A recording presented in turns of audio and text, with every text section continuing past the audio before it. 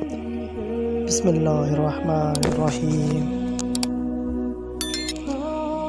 آج میں آپ کے ساتھ حضرت اویس قرنی کی وصال کا واقعہ شیئر کر رہا ہوں۔ دنیا سے تو ہم سب نے ہی چلے جانا ہے، لیکن ایسے مبارک موت اللہ پاک اور اس کے حبیب حضرت محمد صلی اللہ علیہ وسلم کی اطاعت خوش نصیبی سے ہوتی ہے۔ ایک عارف رحمۃ اللہ علیہ فرماتے ہیں کہ ہم عراق سے مکہ المکرمہ اور مصطفیٰ کریم صلی اللہ علیہ وسلم کے شہر مدینہ منورہ کے ارادے سے نکلے۔ ہمارے قافلے میں بہت سے لوگ تھے۔ جیسے ہی ہم عراق سے نکلے تو ایک عراق کی شخص بھی ہمارے ساتھ چل پڑا۔ اس کا گندمی رنگ کثرت عبادت کی وجہ سے پیلا پڑ چکا تھا۔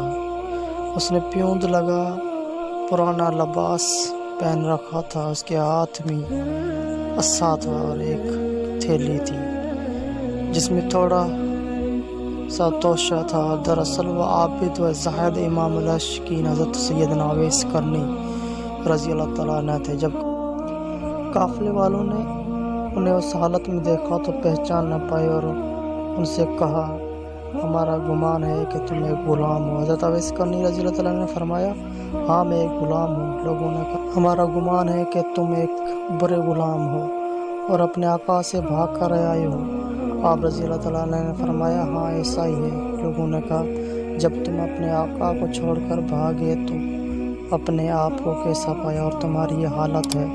اگر تم اپنے آقا کے پاس رہتے تمہاری یہ حالت ہرگز نہ ہوتی اور بے شک تم بہت برے اور قصوروار غلام ہو۔ تو آپ رضی اللہ تعالیٰ عنہ نے ان سے فرمایا، بے شک اللہ عز و جل کی قسم میں ایک گنہگار غلام ہوں۔ میرا آقا بہت ہی اچھا ہے اور قصور میرا ہی ہے۔ اگر میں اس کی اطاعت کرتا اور اس کی رضا چاہتا تو میری یہ حالت ہرگز نہ ہوتی۔ یہ کہہ کر آپ رضی اللہ تعالیٰ نے رونے لگے اور اتنا روئے کہ قریب تھا کہ آپ رضی اللہ تعالیٰ کی روح پرواز کر جاتی۔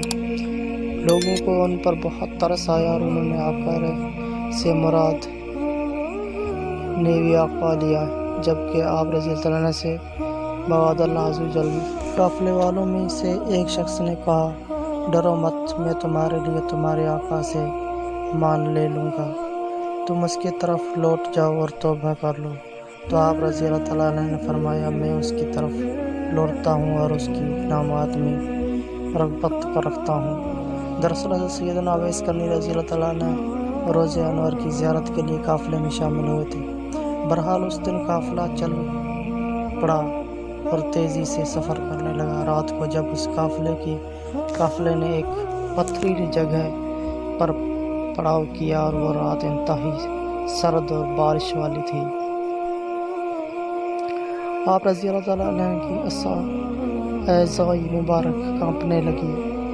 جب سردی زیادہ غالب آ گئی تو اس عاشق رسول صلی اللہ علیہ وسلم کا سردی لگنے کی وجہ سے انتقال ہو گیا۔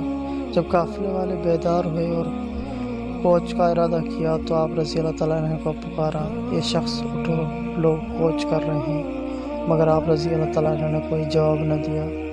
تو ایک شخص آپ رضی اللہ تعالیٰ عنہ کے قریب آیا۔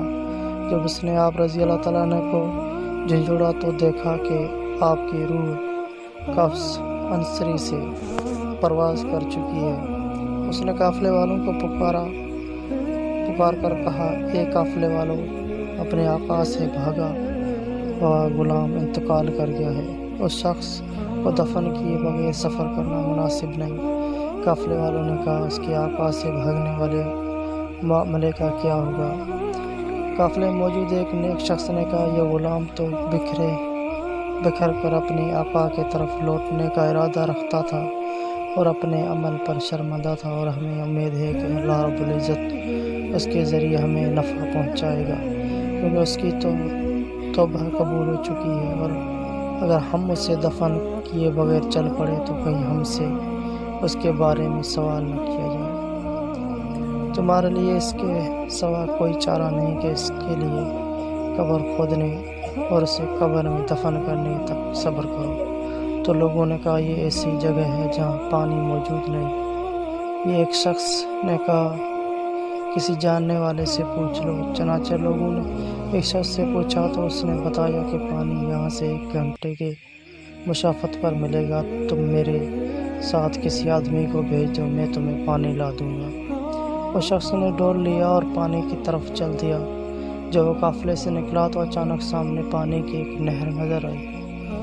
اس نے کہا بڑا عجیب معاملہ ہے، میں نے پہلے کبھی اس نہر کو نہیں دیکھا۔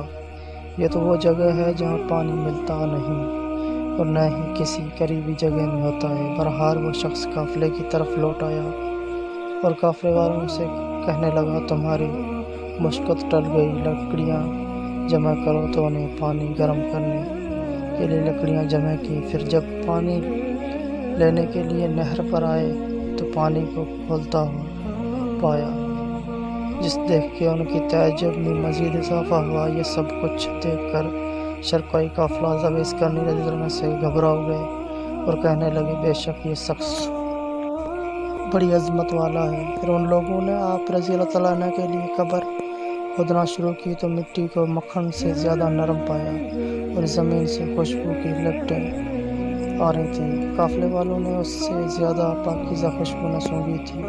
اس صورتحال میں ان کے خوف میں مزید اضافہ ہو گیا اور وہ رعب گھبراہٹ میں مبتلا ہو گئے۔ جو قبر سے نکلنے والے مٹی کو دیکھتے تو اس مٹی کی طرح پاتے اور جب اسے سونگھتے تو مشک کی خوشبو پاتے۔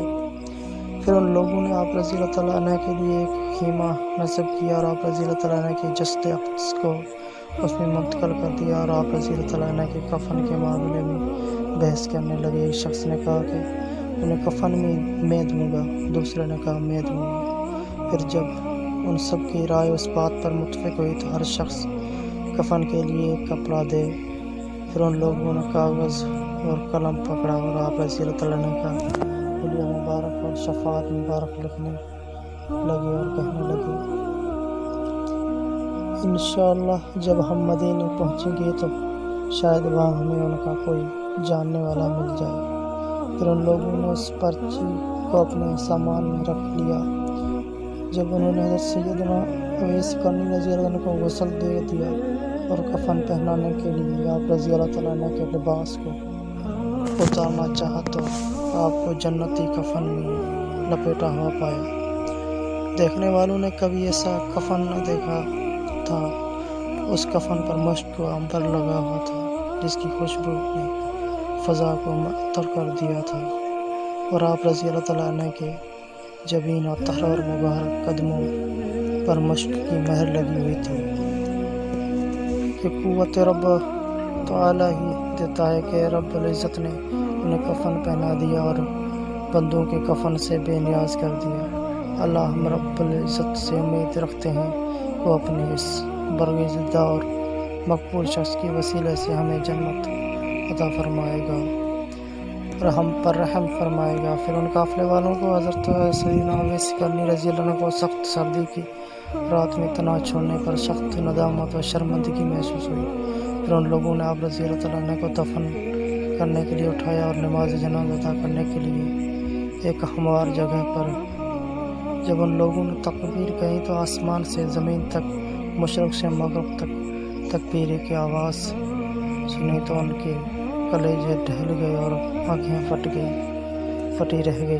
وہ اپنے سروں سے سنے جانے والی آوازوں سے محروم ہوئے اور گھبراہٹ کی شدت کی وجہ سے یہ نہ سمجھ پائے کہ نماز جنازہ کی کس طرح ادا کی جائے۔ پھر جب انہیں قبر کے لیے طرف لے جانے کا ارادہ کیا تو اٹھاتے وقت انہیں یوں محسوس ہوا کہ سیدنا اویس کرنی رضی اللہ عنہ کا جسد اقدس کسی اور مخلوق کے نے تھام رکھا وہ آپ رضی اللہ عنہ کا وزن تک محسوس نہ ہوا۔ بہرحال آپ رضی اللہ عنہ کو دفن کرنے کے لیے قبر کی طرف لائے اور آپ رضی اللہ عنہ کے جسم اقدس کو قبر میں دفن کر دیا۔ اس کے بعد قافلے والے حضرت سیدنا اویس کرنی رضی اللہ عنہ کے بارے میں حیران و پریشان ہوتے رہے۔ سفر پر روانہ ہوئے۔ جب وہ اپنا سفر پورا کر کے لوٹے تو کوفہ کی مسجد میں آئے ان لوگوں کو آپ رضی اللہ عنہ کا واقعہ سنایا اور وہاں ان کا حلیہ بیان کیا تو حلیہ بیان کرتے ہوئے پھر لوگوں نے آپ رضی اللہ عنہ کو پہچان لیا، مسجد میں رونے کی آوازیں بلند ہوئی، اور اگر آپ رضی اللہ عنہ کے وصال کے بعد آپ کی کرامات ظاہر نہ ہوتی تو حضرت سیدنا اویس رضی اللہ عنہ کے وصال کی خبر کسی کو نہ ہوتی، اور نہ ہی آپ رضی اللہ عنہ کے مزار کا کسی کو پتہ چلتا، کیونکہ آپ رضی اللہ عنہ نے لوگوں سے پوشیدگی اور کنارہ کشی اختیار کر رکھی تھی۔